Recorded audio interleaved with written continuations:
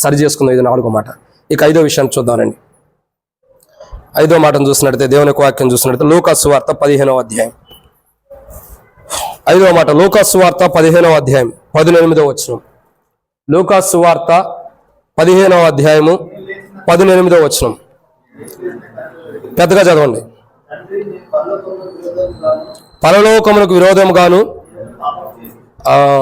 ఏమన్నాడు ఇప్పుడు? ఎన్నో మాట అండి ఇది? 5వదిగా లవోదికయ ఏ స్థితిలో ఉంది? ఇక్కడ తప్పిపోయిన కుమారుడు ద్వారా బయలుపరచబడుతుంది. ఏ స్థితిలో ఉంది ఇక్కడ అంటే? తప్పిపోయిన కుమారుడు ఏమంటున్నాడు? తండ్రి లేచి నా తండ్రి వద్దకు వెళ్ళి, తండ్రి నేను పరలోకమునకు విరోధంగా నీ ఎదుటి నేను. లవోదికయ ప్రజల గురించి కూడా మనం అర్థం చేసుకోవాలి. ఇక్కడ ఉన్న తప్పిపోయిన కుమారుడు సంఘంలో నుండి బయటకు వెళ్ళినప్పుడు ఏం చేస్తున్నాడు? పరలోకమునకు విరోధంగా జీవిస్తున్నాడు. ఎలా ఉన్నాడండి? పరలోకమునకు విరోధంగా ఉంటున్నారు. లోకంలో ఉండవారు పరలోకమునకు విరోధంగా ఉంటారు. లోకంలో ఉండవారు ఎలాంటి వారంటే, 1 చీకటిని ప్రేమిస్తారు, 2 తన ఇష్టాన్ని నెరవేర్చుకుంటారు, 3 తండ్రి ఎదుటి పాపం చేస్తారు, 4 దేవుని చిత్తాన్ని నెరవేర్చరు, 5వదిగా చూసినట్లయితే పరలోకానికి విరోధమైన జీవితాన్ని జీవిస్తారు. పరలోకమునకు విరోధమైన జీవితం. ఇప్పుడు తండ్రి చూడండి, అసలు పరలోకానికి విరోధమైన జీవితం ఏంటో తెలుసా? తండ్రి దగ్గర నుంచి దూరం వెళ్ళిపోవటమే పరలోకానికి విరోధంగా మనం జీవించినట్టు. అర్థమవుతుందండి? తండ్రిని విడిచిపెట్టడమే పరలోకానికి విరోధంగా మనం జీవించినట్టు. తండ్రిని విడిచిపెట్టి ఏం చేశాడు? ఆస్తిని తీసుకున్నాడు, తన కలిగినవన్నీ తీసుకున్నాడు, బయలుదేరి వెళ్ళాడు. వెళ్ళిపోయిన తర్వాత ఏం చేశాడు? స్నేహితులు వచ్చారు. స్నేహితులు మంచిగా విధానంలో మంచి అలవాట్లు కలిగిన స్నేహితులు, వాళ్ళు కూడా నెంబర్ 1 అలవాట్లు కలిగినాడు. అంత డబ్బంతా అవి చేశారు. చివరికి పట్టు తింటున్నాడు. ఎంత మంచి స్నేహితులు చూడండి. ఇంకెంత మంచి స్నేహితులు అంటే, తన దగ్గర ఉన్న ఆస్తి మొత్తం అయిపోతుంది అనుకున్నప్పుడు క్రమక్రమంగా ఒక్కొక్కడు దూరం వెళ్ళిపోతూ వచ్చారు. అంత మంచి స్నేహితులు తనుకుంటారు. ఎంత గొప్పవారో చూడండి. అసలు స్నేహితులు అంటే ఎలా ఉంటారు? కష్టంలో ఉన్నప్పుడు మనల్ని ఆదుకునేవాళ్ళు మన స్నేహితులు. అక్కడ కుర్చీ ఉంది చూడండి. కష్టంలో ఉన్నప్పుడు మనల్ని ఆదుకునేవాళ్ళు మన స్నేహితులు. మనం ఆపదలో ఉన్నప్పుడు మన ఆపదలు చూసేవాడు మన స్నేహితులు. మన దుఃఖాన్ని చూసేవాడు మన స్నేహితుడు. మనల్ని విడిచిపెట్టుకోవాలి ఉండేవాడు మన స్నేహితుడు. నిజమైన స్నేహితుడు అంటే, నిజమైన స్నేహితుడు తన స్నేహితుడి కొరకు ఏం చేస్తాడు? ప్రాణం పెడతాడు. అది స్నేహం అంటే. కానీ ఇక్కడ ఉన్న వాళ్ళు ఏం చేశారు? ఈ వ్యక్తి లోకానుసారమైన స్నేహాన్ని అలవాటు పడి, లోకానుసారమైన వారి స్నేహంలో కూరుకుపోయి దేవునితో ఉండే స్నేహాన్ని తెగ్గొట్టుకుంటూ వచ్చాడు. తద్వారా తండ్రి దగ్గర నుంచి వెళ్ళిపోయాడు. పరలోకానికి విరోధమైన జీవితాన్ని జీవిస్తూ వచ్చాడు. చెప్పుడు మాటలను బట్టి పరలోకానికి విరోధమైన జీవితాన్ని జీవిస్తున్నాడు. ఇదే మాట లవోదికయకు కూడా అవసరమైంది. లోకంలో ఉన్నటువంటి రక్షణ మార్మస్ బాప్తిసం పొంది కూడా లోకంలో జీవిస్తున్నటువంటి క్రైస్తవుడు ఎలా ఉంటాడంటే, పరలోకానికి విరోధమైన జీవితాన్ని జీవిస్తూ వస్తాడు. అసలు ఏ పరలోకానికి అయితే మనం వెళ్ళాలనుకున్నామో, ఈ బాధలు, ఈ అనారోగ్యాలు, ఈ బలహీనతలు, ఈ దుఃఖాలు, ఈ శ్రమలు, ఈ ఇబ్బందులు, ఈ అవమానకరమైన స్థితిగతులు వద్దానికి ఏ పరలోకానికి అయితే మనం వెళ్ళాలనుకున్నామో, మరణము లేనిది, దుఃఖము లేనిది, వేదన లేనిది, ఇంకా బాధ లేనటువంటి ప్రాంతం, ప్రభువే దేవాలయంగా ప్రకాశిస్తున్నటువంటి ప్రాంతానికి, ఏ ప్రాంతానికి అయితే మనం వెళ్ళాలనుకున్నామో, అసలు ఆ పరలోకానికి విరోధంగానే మనం పాపం చేస్తున్నాం. ఆ పరలోకానికి విరోధంగానే మనం జీవిస్తూ వస్తున్నాం. తప్పిపోయిన కుమారుడు అంటున్నాడు, తండ్రి ఆ తండ్రి వద్దకు వెళ్ళి పరలోకమునికి విరోధముగా ఎందుకు ఆ మాట మాట్లాడాడు? సంఘములో ఉన్నవాడికే పరలోకం గురించి తెలిసింది. సంఘములో ఉన్నాడు కాబట్టే, తండ్రి ఎదుట ఉన్నాడు కాబట్టే, సంఘముగా చేపట్టాడు కాబట్టే పరలోకం అంటే ఏంటో తెలిసిద్ది. లోకంలో ఉన్న వారికి పరలోకం ఏంటో తెలిసిద్దా? చూడండి, పాపంలో లోకంలో అన్నిలు ఉంటారు చూడండి, వాళ్ళకి పరలోకం అంటే ఏంటో తెలిసిద్దా? వాళ్ళు స్వర్గం అంటారు, ఇంకేదో అంటారు, అయ్యని మనకు తెలియదు. కానీ స్వర్గం అయితే వాడు తెలుసు. అంటే అర్థం ఏంటి? క్రైస్తవుడికి మాత్రమే పరలోకం అంటే ఏంటో తెలుసు. తప్పిపోయిన కుమారు స్థితిగతులు ఎలా చూడండి. పరలోకానికి విరోధముగా ఈరోజు తండ్రి దగ్గర నుంచి దారి తొలగిపోయిన అనుభవంలో లవోదిక ఉంది కాబట్టే పరలోకానికి విరోధమైన క్రైస్తవ జీవితం లవోదిక జీవిస్తుంది. అందుకే లవోదికతో మాట్లాడుతున్నాడు, అయ్యా లవోదికలో ప్రజలారా, మీరు పరలోకానికి విరోధంగా ఉంటున్నారు. పరలోకానికి సంబంధాలుగా ఉంటే మంచిదే, అలా ఉండక పరలోకానికి విరోధంగా ఉంటున్నారు. సరి చేసుకోండి. లోకంలో రక్షణ మారుమనసు బాప్తిసం పొందిన క్రైస్తవుడు ఈరోజు చాలామంది, అందరూ కాదు, చాలామంది క్రైస్తవ జీవితం కాపాడుకుంటున్నారు, దేవుని రాజ్యానికి కోసం సిద్ధపడుతున్నారు, తప్పు కాదు. కొందరం ఎలా ఉంటామంటే పరలోకానికి విరోధంగా మనం జీవిస్తున్నాం. తద్వారా దేవుని రాజ్యానికి మనం వెళ్ళలేం. దేవుని రాజ్యానికి, ఏ రాజ్యానికైతే మనం విరోధంగా ఉన్నామో దానిలోకి మనం ప్రవేశించలేం. ఇంత జీవితము, ఇంత క్రైస్తవ జీవితం దేనికంటే పరలోక రాజ్యానికి మనం వెళ్ళాలి. ఆ ప్రభు ఉండే రాజ్యం, ఎల్లవేళలా నిత్యము ఉండే పరలోక రాజ్యానికి మనం వెళ్ళాలి. మరణము లేని రాజ్యం, దుఃఖము లేని రాజ్యం, వేదన లేని రాజ్యము వెళ్ళాలని ఎదురు చూస్తున్నాం. కానీ ఆ వెళ్ళాలనుకున్న రాజ్యానికి, ఏ రాజ్యానికి వెళ్ళాలో ఆ రాజ్యంకే విరోధంగా మనం జీవిస్తున్నామేమో పరీక్షించుకుందాం.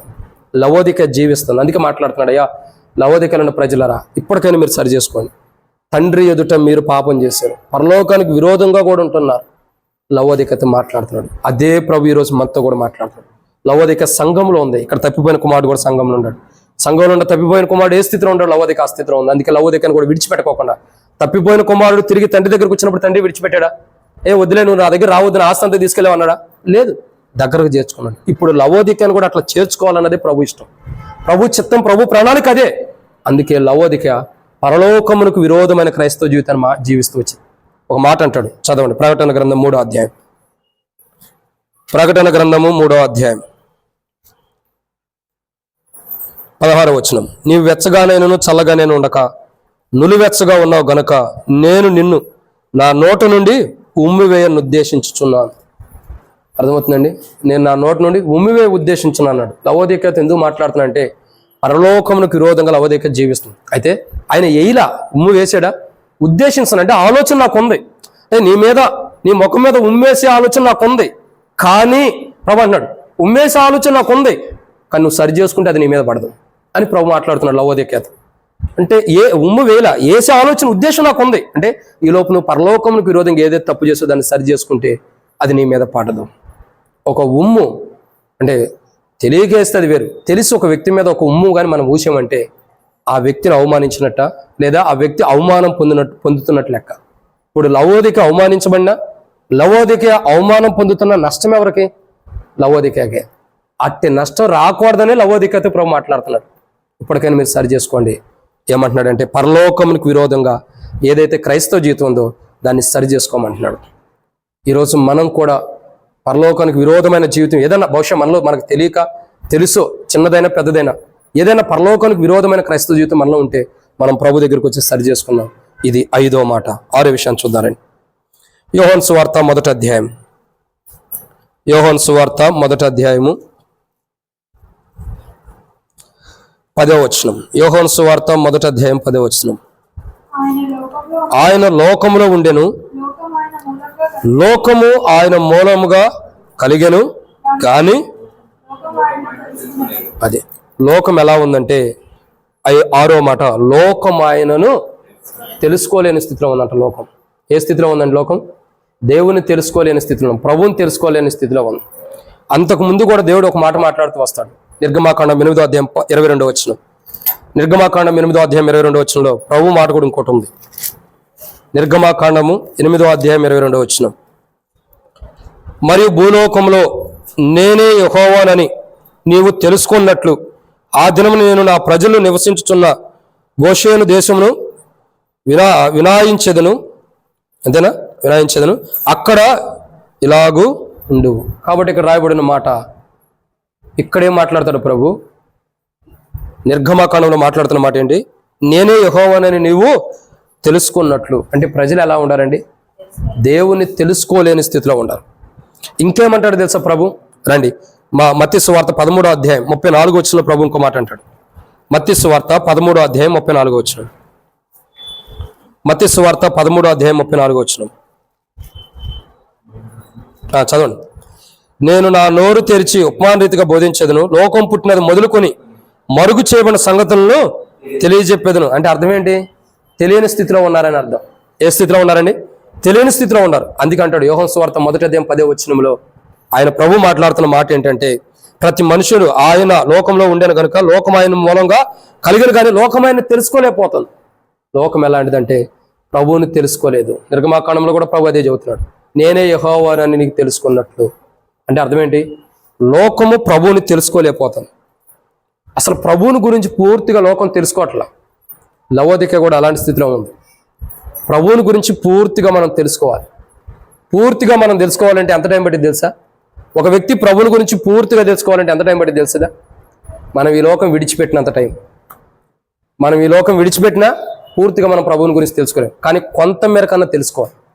లవోదికయ రక్షించబడింది, మారుమోసు పొందింది, బాప్తిసం తీసుకుంది, ప్రభు పాపాలు క్షమిస్తాడని తెలుసుకుంది, క్షమించమని అనుభవంలోకి వచ్చింది, కానీ పూర్తిగా ప్రభువుని గురించి తెలుసుకోలేకపోతుంది.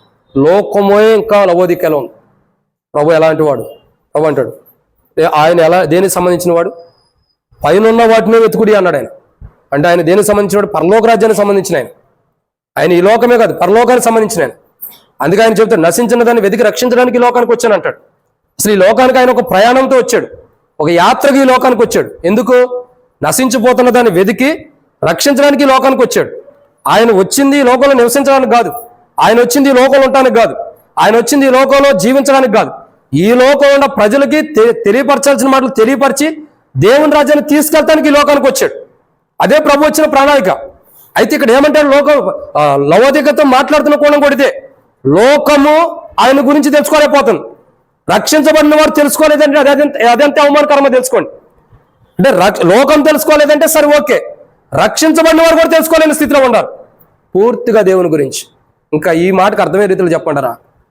మన తండ్రి ఉంటాడు, మనకు జన్మనిచ్చిన తండ్రి ఉంటాడు, ఈ లోకానుసారమైన తండ్రి. అంటే లోకానుసారమైన ఎందుకంటే ఈ లోకంలో మన జన్మనివ్వడానికి ఒక తండ్రి అవసరం. ఆ తండ్రి పేరు మనం చెప్పుకుంటాం. అసలు ఆ తండ్రి స్వభావాన్ని మనకు తెలియకపోతే ఇంకా మనం ఎట్లా? అర్థమవుతుందండి? ఆ తండ్రిని గురించి, ఆ తండ్రి స్వభావం, తండ్రి మనస్తత్వం తెలియలేదు అనుకో, పిల్లలు ఏం చేస్తారు? తండ్రిని అపార్థం చేసుకుంటారు. తండ్రి ఎంత ప్రేమ చూపిస్తున్నాడు, తండ్రి ఎంత దయ చూపిస్తున్నాడు, తండ్రి మన మీద ఎంత ప్రేమ కలిగి ఉంటాడో అవి మన తండ్రి గురించి మనం తెలుసుకోలేనప్పుడు, ఆ తండ్రిని గురించిన ఆలోచన మనకు లేనప్పుడు ఏమిటంటే తండ్రి మీద నెగిటివ్ వచ్చేసింది. అంటే ఇక పాజిటివ్ అన్నది తండ్రి మీద ఉండదు. మా తండ్రి చూస్తే ఎప్పుడు నన్ను తిడతాడు, కొడతాడు, అవమానిస్తాడంట. ఆ తిట్టి కొట్టి అవమానించే దాంట్లో ప్రేమ ఉంది, నీవంటే ఇష్టం ఉంది, నీ తండ్రికి నువ్వంటే ఇష్టం కాబట్టి ఏమైనా చేస్తూ వస్తున్నాడు. కానీ అది తెలుసుకోలేని స్థితిలో ఉండకూడదు. లవోదికయ పరలోకమందున్న తండ్రి తన కుమారుని లోకానికి పంపి లవోదిక కొరకు తన ప్రాణం పెట్టించాడు. అట్టి లవోదిక ఏ ప్రభు ద్వారా రక్షించబడిందో తన ప్రాణం ద్వారా, ఆ లవోదిక స్థితిగతులు చూడగా పూర్తిగా ప్రభుని గురించి తెలుసుకోలేని స్థితిలో ఉంది. కాబట్టి మాట్లాడుతున్నాడు. లోకము రక్షణ మారుమూసు బాప్తిసం పొందినటువంటి వారు కూడా అనేక మంది ఇంకా లోకంలో జీవిస్తున్నారంటే తప్పు కాదేమో. వాళ్ళు ఇంకా ప్రభుని తెలుసుకోలేని స్థితిలో ఉన్నారు. ప్రభుని కొంతమేర కన్నా తెలుసుకోలేని స్థితిలో ఉన్నాం. ఈరోజు మనం కూడా అట్టి స్థితిలో ఉంటే ప్రభు దగ్గరికి వచ్చి క్షమాపణ అడుగుదాం. ప్రభా, నేను కూడా ఈ స్థితిలోనే ఉండా, లవోదిక లాంటి స్థితిగతులు నాలో ఉన్నాయి, నేను నిన్ను తెలుసుకోలేని స్థితిలో ఉంటున్నా, నీ గురించి పూర్తిగా తెలుసుకోలేని అనుభవంలో నేను ఉంటున్నా. ఇప్పటి నుండి అయినా పూర్తిగా నీ గురించి తెలుసుకోవాలి, ఎందుకంటే నీ రాకడ సమీపిస్తుంది. నేను నిన్ను గురించి తెలుసుకోవాలి అన్నదే నీ ప్రణాళిక. ఈరోజు ప్రభుని గురించి ఇక్కడ ఏదైతే తెలుసుకుంటావో రేపటి దినాన దేవుని రాజ్యంలో తెలుసుకున్న దాని గురించి దేవుని ఆరాధిస్తాం. నేను ఈ నెల అయిపోతుంది, ఈ నెల 3వ తారీఖు నుండి నేను కీబోర్డ్ క్లాసెస్కి అటెండ్ అవుతున్నా. కీబోర్డ్ నేర్చుకుంటున్నాను నేను ఆన్లైన్లోనే. ఒక విజయవాడలో సేవకుడు ఉన్నాడు, ఆయన ఫ్రీగా నేర్పిస్తున్నాడు. ఆయన ఎలాంటి ఆయన అంటే ఒక రకంగా చెప్పాలంటే గిన్నీస్ బుక్ రికార్డ్ ఎక్కడానికి కూడా సమీపంగా ఉండదు దగ్గర. గిన్నీస్ బుక్ అంటే ముంగట ఇంకో బుక్ ఉండేది, దాంట్లోకి ఆల్రెడీ ఎక్కిన అనుభవం వచ్చేసింది. గిన్నీస్ బుక్ ఎక్కబోతున్నాడు. ఆయన ఆలోచన మొన్న కీబోర్డు నేర్పిస్తూ ఒక మాట అన్నాడు. ఏమన్నాడంటే, బ్రదర్, నేను ఎందుకు ఈ కీబోర్డ్ నేర్పిస్తున్నానంటే మీ అందరికీ తెలియాలి. ఏంటంటే ఈ కీబోర్డ్ ద్వారా, ఈ కీబోర్డ్ నేర్చుకోవడం ద్వారా దేవుని ఎలా గణపరచాలో తెలుసుకుంటారు.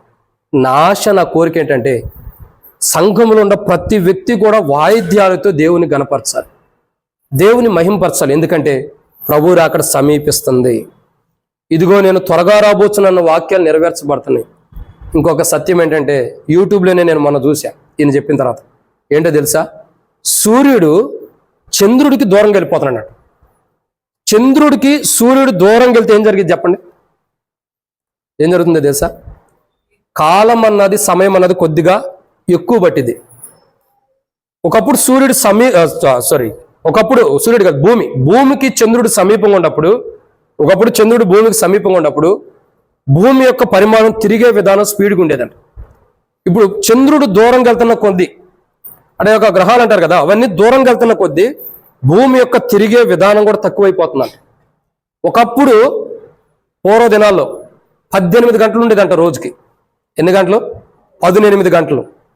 కాలక్రమేణ ప్రకారం చంద్రుడికి భూమికి దూరంగా గ్యాప్ పెరిగే కొంది 24 గంటలు చేయబడుతూ వచ్చింది. మరికొన్ని దినాల్లో 25 గంటలు వస్తాయంట రోజుకి. ఎన్ని వస్తాయండి?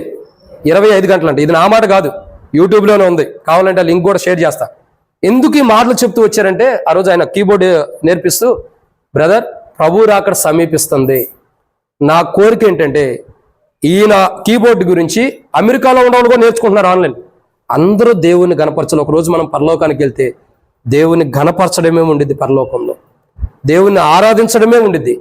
నా ఆశ సర్వలోకంలో ఉన్న ప్రజలందరూ, రక్షణ మార్మోస్ బాప్తిసం పొందిన వాళ్ళందరూ కూడా ప్రభువుని ఆరాధించాలి.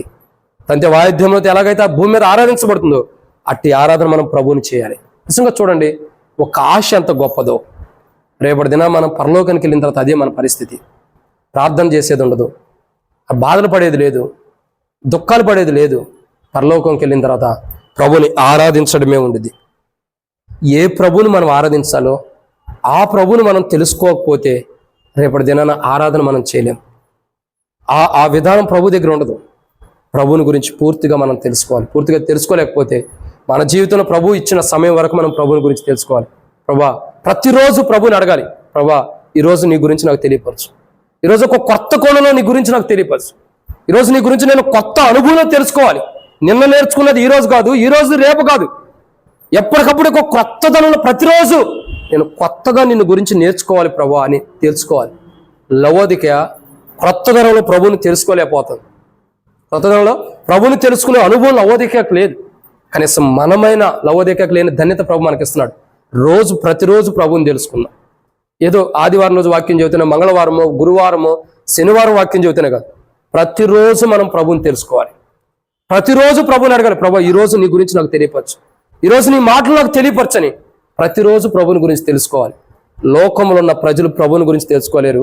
రక్షించబడిన వారు కూడా, లోకంలో జీవిస్తున్నటువంటి క్రైస్తవులు కూడా ప్రభుని గురించి తెలుసుకోలేరు. ఒకవేళ ఈ అనుభవం మనలో ఉంటే సరి చేసుకుందాం. లవోదికయ హెచ్చరించిన దేవుడు మనకు కూడా హెచ్చరిస్తున్నాడు. ఇది 6వ మాట. 7వ విషయాన్ని చూద్దారండి. 7వ మాటను చూసి ముగిద్దాం రండి. యోహాను సువార్త 6వ అధ్యాయం 33వ వచనం. యోహాను సువార్త 6వ అధ్యాయం 33వ వచనం. యోహాను సువార్త 6వ అధ్యాయం 33వ వచనం.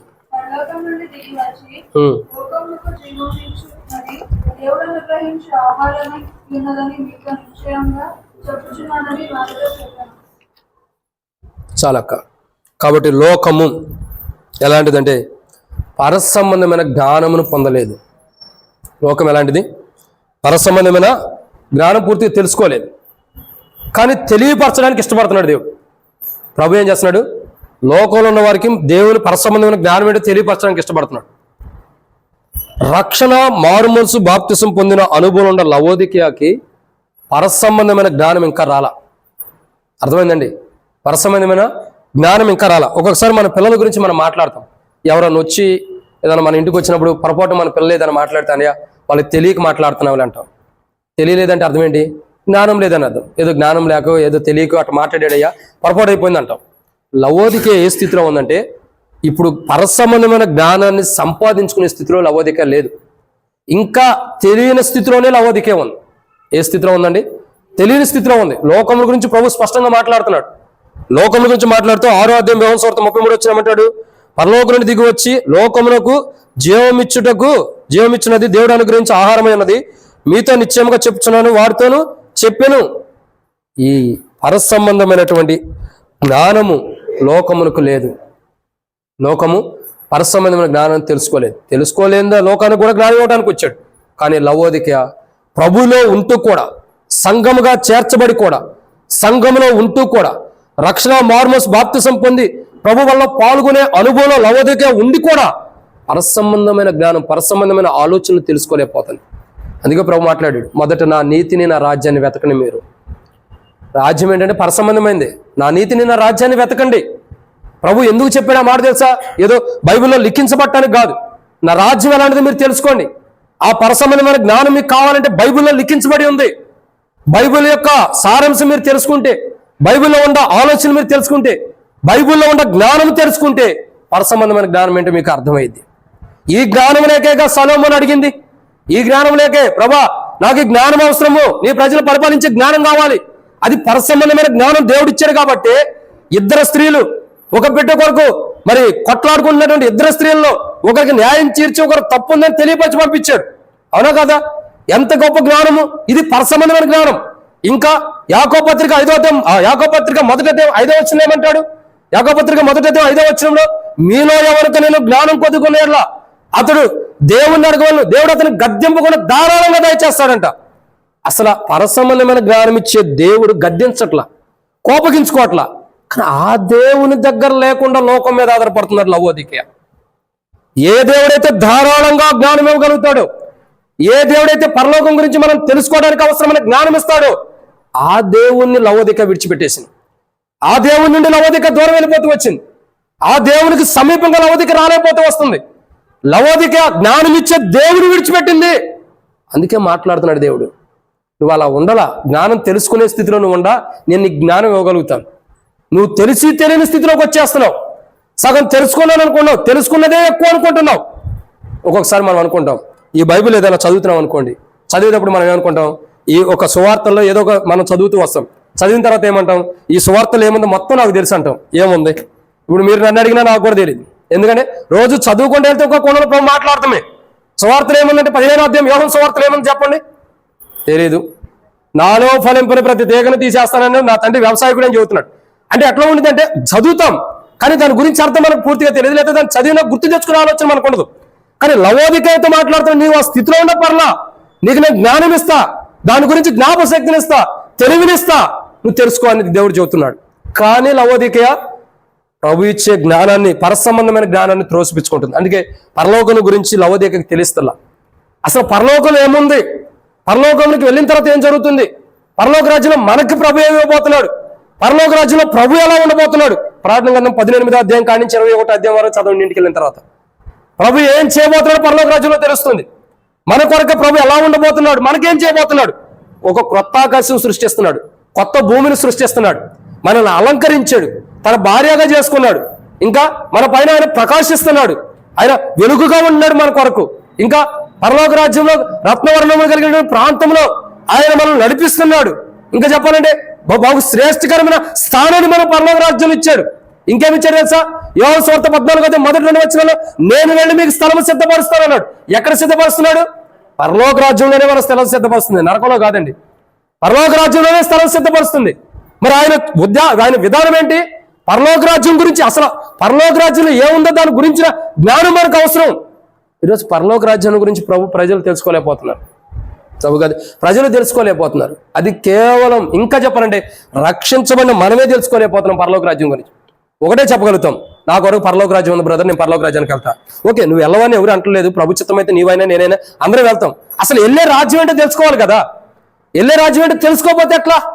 ఇంతకుముందు కూడా చెప్పబడుతూ వచ్చింది, ఒక టీచర్ ఒక సబ్జెక్టు విశదపరచాలంటే, తెలియపరచాలంటే ఆ సబ్జెక్ట్ గురించి తెలుసుకోవాలి. ఆ సబ్జెక్టే తెలియనప్పుడు దాని గురించి తెలియపరచలేదు. పరలోక రాజ్యానికి వెళ్ళాలంటే పరలోక రాజ్యం గురించి మర్మం మనకు అవసరం, పరలోక రాజ్యం గురించిన జ్ఞానం మనకు అవసరం. పరలోక రాజ్యంలో 12 కాపులు ఉన్నాయి. మనం కూడా చెప్పే దాని గురించి వివరణ చెబుతాం. 12 కాపులు ఒక చెట్టుకి 12 ఫలాలు ఫలిస్తాయి. నెలకు ఒక ఫలం మనం తింటూ ఉంటామే. పరలోక రాజ్యం ఎంత గొప్పగా ఉంటుందో తెలుసా అండి. ఘనమైన రీతిలో ఓ రకంగా చెప్పాలంటే ఏ దేవదేవతలు అయితే దేవుని దగ్గర ఉంటారో ఆ దేవదూతలు కూడా ఆశ్చర్యపోయేలాగా దేవుడు మన కొరకు సిద్ధపరుస్తున్న స్థలం.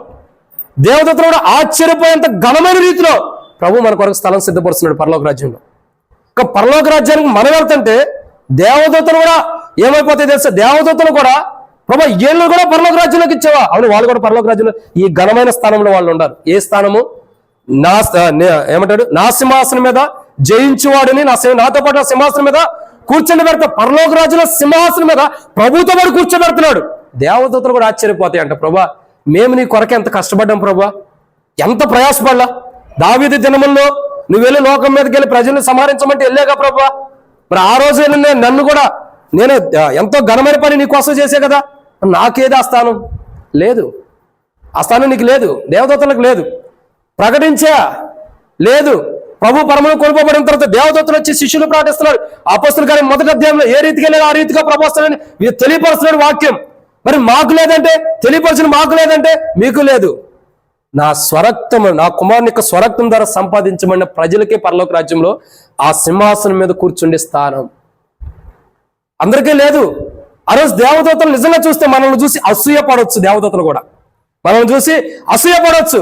భూలోకంలో జీవించిన పాపంలో, లోకంలో, పాప శరీరంలో, అపవిత్రమైన జీవితంలో జీవించిన మనుషులకు దేవుడు పరలోక రాజ్యాన్ని ఇచ్చాడు, మాకెందుకు ఇవ్వలేదు, మాకంటే వాళ్ళు గొనులా అని మనల్ని చూసి అసూయపడవచ్చు. పరలోక రాజ్యం ఎంత గొప్పదో తెలుసుకో.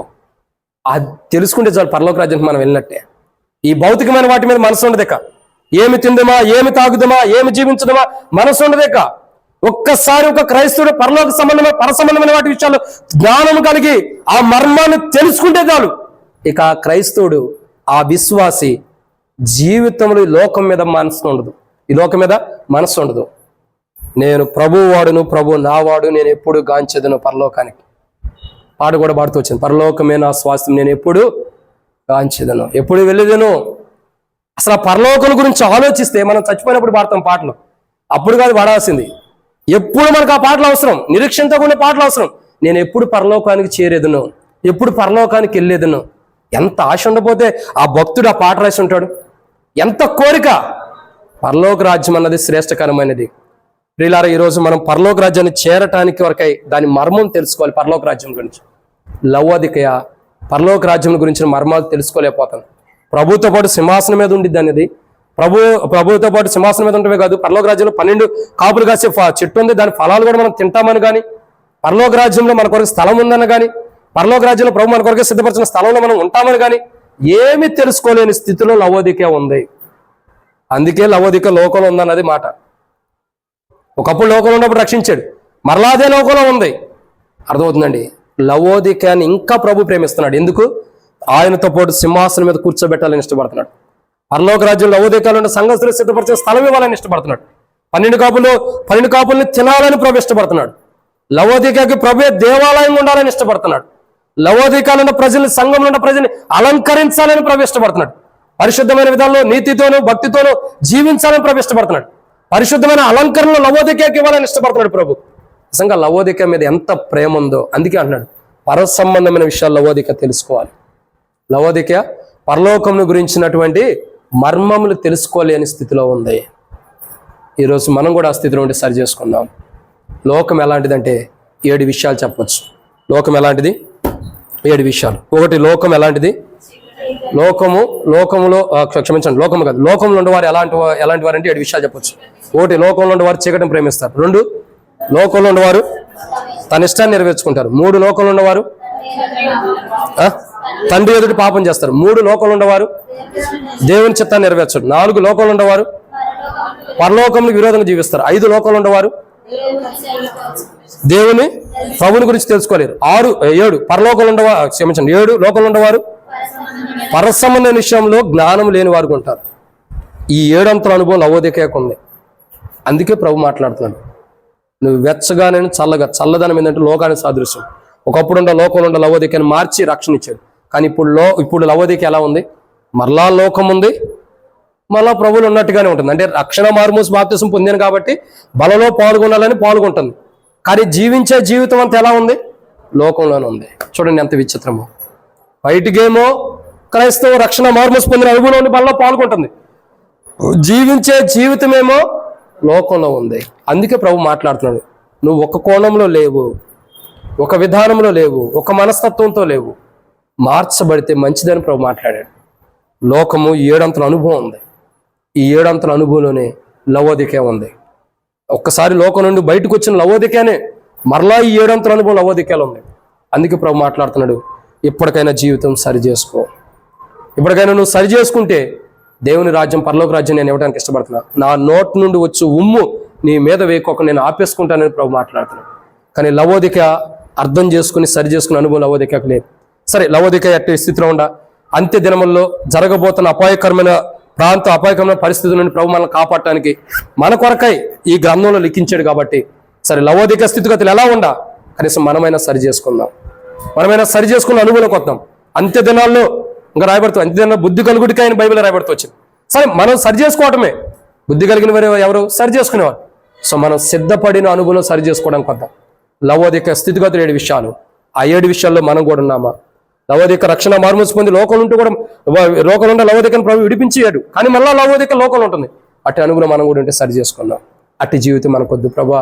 నేను కూడా లవోదిక లాగుండా, చల్లదనం అంటే లోకంలో ఉండా, దాన్ని మార్చు.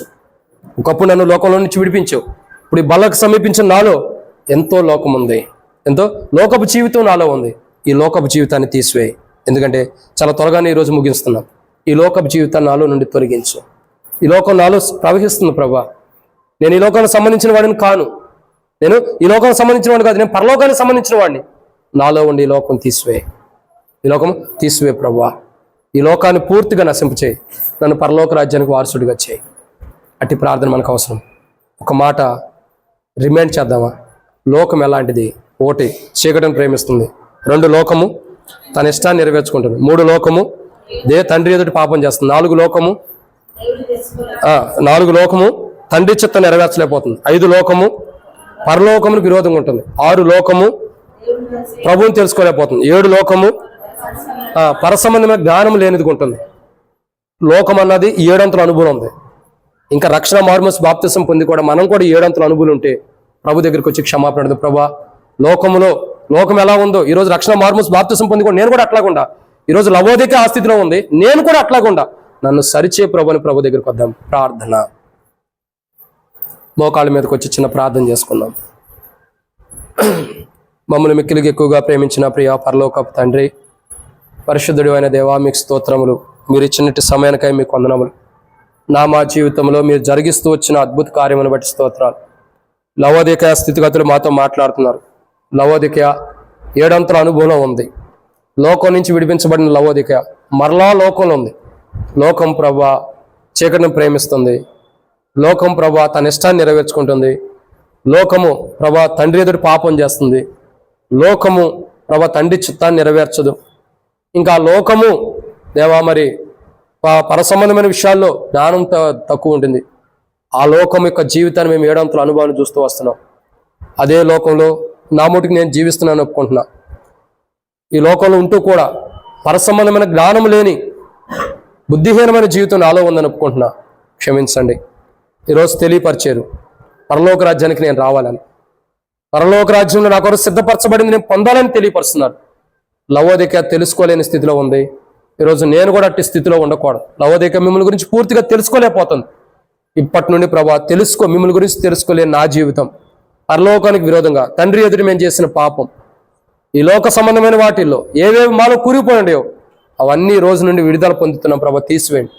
ఇప్పటి నుండి మిమ్మల్ని గురించిన జ్ఞానం, మీ ఎదుటి మేము పాపం చేయకుండా, పరలోకానికి విరోధంగా ఉండకోకుండా, మీ ఎదుటి మేము పాపం చేయకోకుండా మా జీవితాన్ని మేము సరి చేసుకుంటూ, మిమ్మల్ని గురించి తెలుసుకుంటూ, పరలోక రాజ్యం గురించిన జ్ఞానము, పరలోక రాజ్యం గురించిన మర్మాలు తెలుసుకుంటూ ఇప్పటి నుండి మా జీవితకాలం ముగించే అంతవరకు కూడా సహాయం చేయండి ప్రభా. అటు తెలుసుకునే జీవితం నాకు అనుగ్రహించు తండ్రి. లవోదికయ తెలుసుకోలేకపోతుంది. నేను కూడా తెలుసుకోలేని స్థితిలో ఎన్ని రోజులు ఉంటూ వచ్చా. ఈరోజు నాకు తెలియపరిచావు. నేను రక్షణ మార్మస్ బాప్తిసం పొంది కూడా లోకంలో ఉండకూడదు, దేవుని బిడ్డగా ఉండాలి. అట్టి బిడ్డగా నన్ను చేయి. నేను ఎప్పుడైతే లోకం నుండి విడిపించబడి రక్షణ మార్మస్ పొందిన నేను, బాప్తిసం పొంది నేను క్రీస్తులో దాచబడి ఈ 7 అంతల అనుభవం నుండి విడుదల పొంది దైవికమైన వాటి విషయమై నేను మనసు పెడతాను, అప్పుడే నేను పరలోక రాజ్యాన్ని రాగలుగుతా. పరలోక రాజ్యం గురించి మనసు పెట్టి ఆలోచన కూడా నాకు ఉంటుందా. నాలో కలవరం ఉంటుంది, నాలో భేదములు ఉంటాయి, నాలో ప్రభు అనేకమైన దురాలోచనలు వస్తున్నాయి. అవన్నీ తొలగించు. ఈ నాలో ఉన్న కలవరము, భేదాభిప్రాయాలు, దురాలోచనలు అన్ని తొలగించబడి కలవరాలు కూడా తీసివేసి నా మనస్సు ప్రభ ప్రశాంతంగా పరలోక రాజ్యానికి కావలసిన విధానంలో సిద్ధపడినట్లు సహాయం చేయి. అట్టి సహాయం నాకు అనుగ్రహించు ప్రభా. యేసుక్రీస్తు నామమున పేరిట ప్రార్థిస్తున్నాం. అట్లాగే ప్రార్థన చేసుకుందాం. ఇట్టి ప్రార్థన చేసిన వారు ఎవరైనా ఉంటే మీ కుడి హస్తం ఎత్తమని నేను చెప్పను, కానీ ఈరోజు సరి చేసుకుంటూ ఉంది. ఇంకా ఎవరిలో సహోదరి అడగకపోయినా చేతున్నందుకు ప్రభు నీకు సాయించను కాక. సహోదరుడిగా నీకు కూడా ప్రభు సాయం. సహోదరిలారా మిమ్మల్ని అందరినీ చేయతమని అడగలేదు, కానీ ప్రభు మీకు బయలుపరిచిన కోణంలో మీరు సిద్ధపడినాడు. ప్రభు సాయించను గాక. ప్రేమ దేవుని బిడ్డలారా అట్లాగే సరి చేసుకుందాం. ఈ బల్ల, ఈ దేహము, ఈ రొట్టె మన కొరకే విరగొట్టబడి నలగొట్టబడి మన కొరకే ఎందుకు చిందించబడుతుందంటే మనం పరలోక రాజ్యం గురించి తెలుసుకోవాలా. పరలోక రాజ్యానికి మనం వెళ్ళాలి. ఆ పరలోక రాజ్యం మనం పొందడం కొరకై ఈ దేహం విరగొట్టబడింది. లోకంలో ఉన్న మనము రక్షణ పొందడం కొరకై ఈ యొక్క శరీరం, ఈ రక్తం మన కొరకై విరగొట్టబడి చిందించబడి మరలా లోకం నుండి విడిపించబడిన మనం దేవుని బిడ్డలుగా ఉంటూ కూడా తెలుసో తెలియక పాపంలో ఉన్నాం కాబట్టి మనల్ని సరిచేయటానికి ఈ యొక్క బల్ల మన కొరకై సమీపంగా ఉంది. ఈ రక్తం, ఈ దేహము, ఈ రక్తము, ఈ యొక్క దేహం మనకు సమీపంగా ఉంది. రక్షించబడిన మనం మరలా మనం లోకంలో ఉన్నాం కాబట్టే మనం సరి చేసుకోవడానికి ఇంకా మనకు సమీపంగా ఈ దేహం ఉంది. ఇంకా ఎవరైనా ఈ బల్ల దగ్గరికి వచ్చిన వారు సరి చేసుకునే స్థితిలో ఉంటే హృదయంలో సరి చేసుకోండి. ప్రభా నా స్థితిగతులు ఇవి, ప్రభా నా పొజిషన్ ఇలా ఉంది, నేను ఇలా ఉండా, ఈ దేహం, ఈ రక్తము నేను సరి చేసుకోవడానికి ఇవ్వబడుతూ వచ్చింది, నేను సరి చేసుకోవడానికి ఇదంతా చేయబడుతూ వచ్చింది. ప్రభా నన్ను సరిచేయి. ఇంకా నాలో ఈ బలహీనత ఉండే, నిజంగా ఈ దేహం, ఈ రక్తం నా కొరకై విరగొట్టబడి నలగొట్టబడిన కారణం నన్ను పరలోక రాజ్యాన్ని చేర్చడానికి. లవోదిక ఎలాగ నేను ఉండకోకుండా పరలోక రాజ్యానికి సంబంధించిన దేవుని బిడ్డగా, లోకంలో ఉండకోకుండా పరలోక రాజ్యానికి వారసుడిగా చేయాలనేది ఈ రక్తం, ఈ యొక్క దేహం సాదృశ్యం. ఈ బలలో పాల్గొంటున్నా, నన్ను సరిచే ప్రభుని సరి చేసుకున్నాను. ఇంకా ఏమనంటే వాళ్ళని సరి చేసుకున్న ప్రభు వల్ల మంచి విధానంలో ప్రభు వల్ల మన దగ్గరికి వచ్చేంత వరకు కూడా నమ్మకమైన విధానంలో మనం సరి చేసుకున్నట్టు ప్రభు సాయం చేయను గాక. ఆమేన్.